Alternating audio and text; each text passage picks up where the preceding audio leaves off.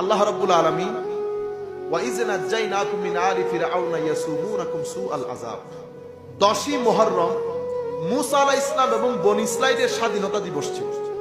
10ই মুহররম কোরআনের মধ্যে আল্লাহ বলছেন ওয়া ইয নাজ্জাইনাকুম মিন আলি ফিরআউনা ইয়াসুমুনাকুম সুআল আযাব।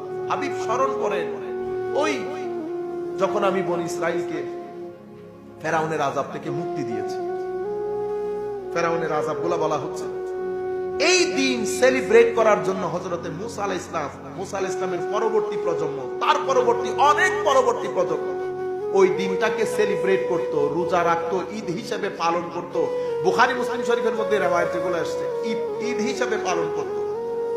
তারা তাদের মেয়েরা বিশেষ কাপড় এবং স্বর্ণালংকার পরিধান করত।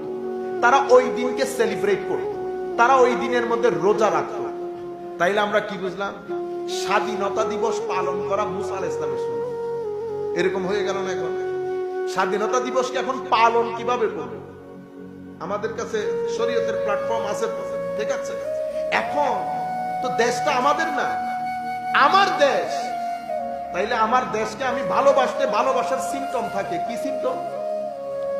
যেই জিনিস আমার না আমি সেই জায়গায় হাত দেব না, করাপশন করব না, ক্ষমতার ব্যবহার দেখাবো না, পাওয়ার দেখাবো না। কেন? কারণ আমাকে যিনি ক্ষমতা দিয়েছে ওটা জনগণ, মানুষ। বুঝতে পেরেছে তো? মানুষ, আমি যোগ্য জায়গায় ক্ষমতাটা রাখবো। যাকে ক্ষমতা দেয়া হয়েছে, আল্লাহ রাব্বুল আলামিন বলছেন না ইয়া ইন্নাল্লাহা ইয়া'মুরুকুম আন তুআদ্দুল আমানাতি ইলা আহলিহা।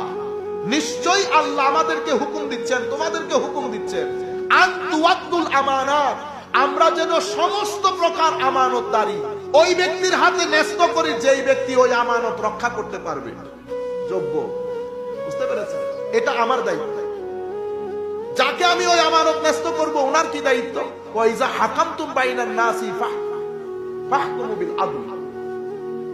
তাদের দায়িত্ব হচ্ছে আদালত প্রতিষ্ঠা করা। বুঝতে পেরেছেন? তো আমরা আমার দেশকে আমি ভালোবাসতে হবে না? তো আমার দেশকে আমি ভালোবাসলে আমি আইন কাটতে পারবো? আমি আইন কাটতে পারবো না। আমার দেশকে ভালোবাসলে আমি দুধের মধ্যে মিক্স করতে পারতাম না।